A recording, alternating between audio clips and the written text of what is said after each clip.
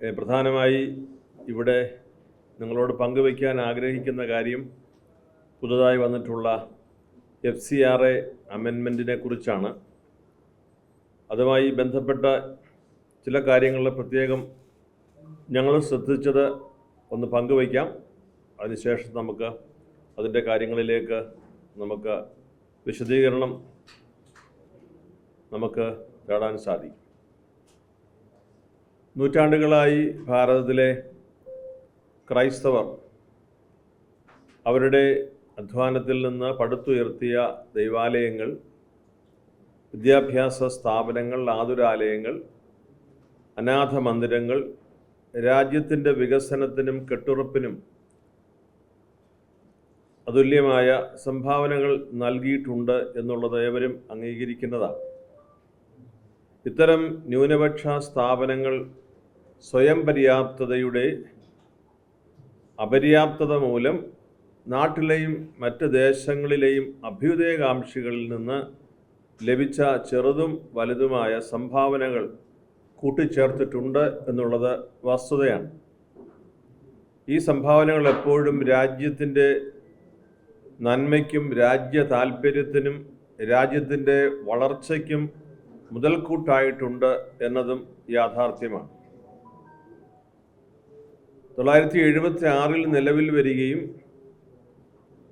2010 പരിഷ്കരിക്കുകയും ചെയ്ത foreign contribution regulation amendment അതിപ്പോൾ 2026 മാർച്ചിൽ അത് അമെൻഡ് ചെയ്ത് പാർലമെൻറ്റിൽ ഇപ്പോൾ അവതരിപ്പിച്ചിരിക്കുകയാണ്. ഈ ബില്ലിലെ പ്രധാനപ്പെട്ട ചില മാറ്റങ്ങൾ ഞങ്ങൾ ശ്രദ്ധിച്ചത്, ഈ സ്വത്തുക്കൾ കണ്ടുകെട്ടാൻ പ്രത്യേക അതോറിറ്റി വരികയാണ്. Designated authority. ലൈസൻസ് റദ്ദാക്കപ്പെടുകയോ സസ്പെൻഡ് ചെയ്യപ്പെടുകയോ പുതുക്കി നൽകാതിരിക്കുകയോ ചെയ്യുന്ന NGOകളുടെ വിദേശ ഫണ്ട് ഉപയോഗിച്ച് നിർമ്മിച്ചതോ വാങ്ങിയതോ ആയ സ്വത്തുക്കൾ ഏറ്റെടുക്കാനും കൈകാര്യം ചെയ്യാനും വിൽക്കാനും അധികാരമുള്ള ഒരു ഉദ്യോഗസ്ഥനെ നിയമിക്കാൻ ഈ പുതിയ ബില്ലിൽ വ്യവസ്ഥയുണ്ട്. മറ്റൊരു മാറ്റം സ്വത്തുക്കളുടെ സ്ഥിരമായ ഏറ്റെടുക്കലാണ്. നിശ്ചിത സമയത്തിനുള്ളിൽ NGOകൾക്ക് തങ്ങളുടെ ലൈസൻസ് തിരികെ ലഭിച്ചില്ലെങ്കിൽ ആ സംഘടനയുടെ സ്വത്തുക്കൾ പൂർണ്ണമായും സർക്കാരിലേക്ക് കണ്ടുകെട്ടപ്പെടും, പെർമനൻ്റ്ലി വെസ്റ്റഡ്. ഈ സ്വത്തുക്കൾ പിന്നീട് സർക്കാർ ഏജൻസികൾക്ക് കൈമാറുകയോ പൊതു ആവശ്യങ്ങൾക്ക് ഉപയോഗിക്കുകയോ ചെയ്യാം. അടുത്ത ഒരു വ്യത്യാസം, കൂടുതൽ പേർക്ക് വ്യക്തിപരമായ ഉത്തരവാദിത്വം നൽകുന്ന ഒരു ബില്ല്. അതായത് നിയമലംഘനം നടന്നാൽ സംഘടനയുടെ പ്രധാന ഭാരവാഹികൾക്ക് പുറമെ ഡയറക്ടർമാർ, ട്രസ്റ്റിമാർ, പാർട്ട്ണർമാർ തുടങ്ങിയവരിലേക്ക് നിയമപരമായ ഉത്തരവാദിത്വം വ്യാപിപ്പിച്ചിട്ടുണ്ട്. എന്തുകൊണ്ടാണ് ഈ ബില്ല് വിവാദമാകുന്നത്? ധാരാളം സന്നദ്ധ സംഘടനകളും സഭകളും മനുഷ്യാവകാശ പ്രവർത്തകരും പ്രതിപക്ഷ പാർട്ടികളും സഭയും എല്ലാം ഈ ബില്ലിനെക്കുറിച്ച് ഈ പ്രത്യേകമായ നിരീക്ഷണം നടത്തുന്നത് എന്തുകൊണ്ടാണ്? ഏകാധിപത്യപരമായ ഒരു അധികാരം ഈ ബില്ലിലൂടെ നൽകപ്പെടുന്നു. അതായത് കോടതിയുടെ യാതൊരു ഇടപെടലും ഇല്ലാതെയും കുറ്റം തെളിയിക്കപ്പെടുന്നതിന് മുൻപ് തന്നെ സംഘടനകളുടെ സ്വത്തുക്കൾ പിടിച്ചെടുക്കാൻ സർക്കാരിന് പരിധിയില്ലാത്ത അധികാരം നൽകുന്നതാണ് ഈ ഒരു വലിയ വെല്ലുവിളി.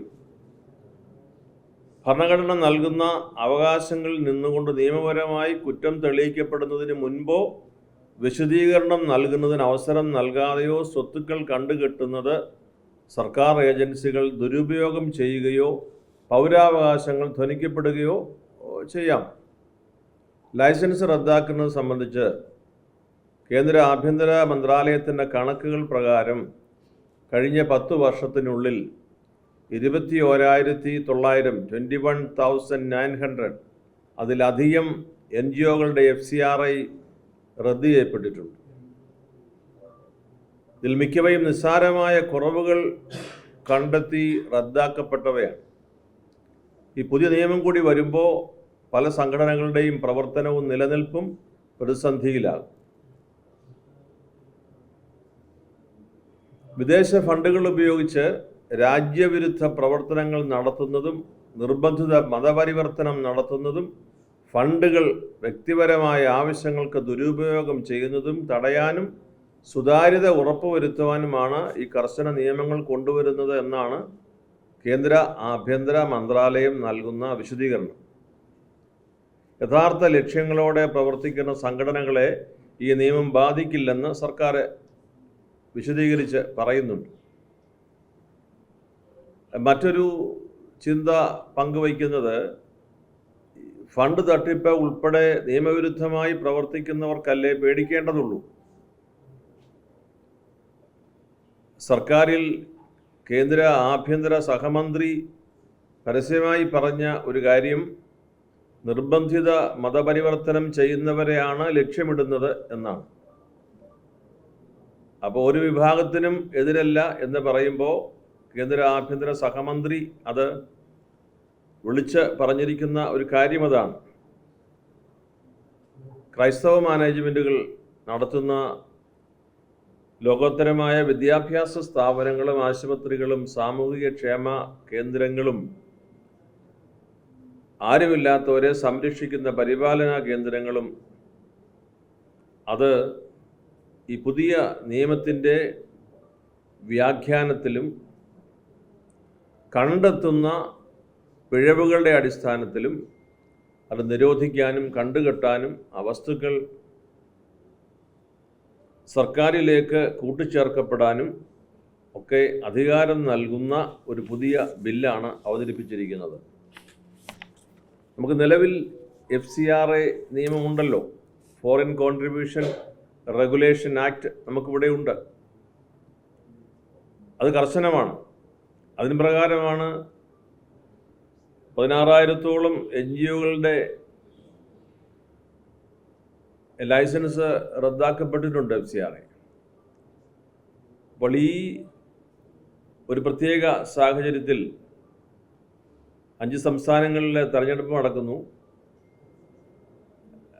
കേരളവും ബംഗാളും തമിഴ്നാടും ഒക്കെ നടക്കുന്ന തെരഞ്ഞെടുപ്പിൻ്റെ ആ ഒരു പ്രത്യേകതയിൽ പാർലമെൻറ്റിൽ ഈ സംസ്ഥാനങ്ങളിലെ MP-മാരൊക്കെ അവരവരുടെ സംസ്ഥാനങ്ങളിലായിരിക്കുമ്പോൾ തിടുക്കത്തിൽ പാർലമെൻറ്റിൽ ഇങ്ങനെ ഒരു ബില്ല് അവതരിപ്പിക്കുന്നതിൻ്റെ ഒരു സാങ്കത്യം, അതിൻ്റെ ഒരു അനൗചിത്യം അത് ചോദ്യമായി നിൽക്കുകയാണ്. ഇത് മതന്യൂനപക്ഷങ്ങളുടെ ഇടയിൽ വലിയ ആശങ്ക ജനിപ്പിച്ചിട്ടുണ്ട്. അതുകൊണ്ട് തന്നെയാണ് എല്ലാവരും ഇതേക്കുറിച്ച് ഒരു പുനരാലോചന ആവശ്യമാണ് എന്ന് പറയുക. ഇതേക്കുറിച്ച് വ്യത്യസ്തമായ അഭിപ്രായങ്ങൾ രാഷ്ട്രീയ പാർട്ടികളിൽ നിന്ന് വന്നിട്ടില്ല. രാജ്യം ഭരിക്കുന്ന പാർട്ടി അവർ ഇതങ്ങനെ ഗൗരവമായി അല്ല അങ്ങനെ ആശങ്കപ്പെടേണ്ടതൊന്നുമില്ല എന്ന് പറയുമ്പോഴും ഈ ന്യൂനപക്ഷ വിഭാഗങ്ങൾക്കിടയിലെ ആശങ്ക വർദ്ധിക്കുകയാണ്.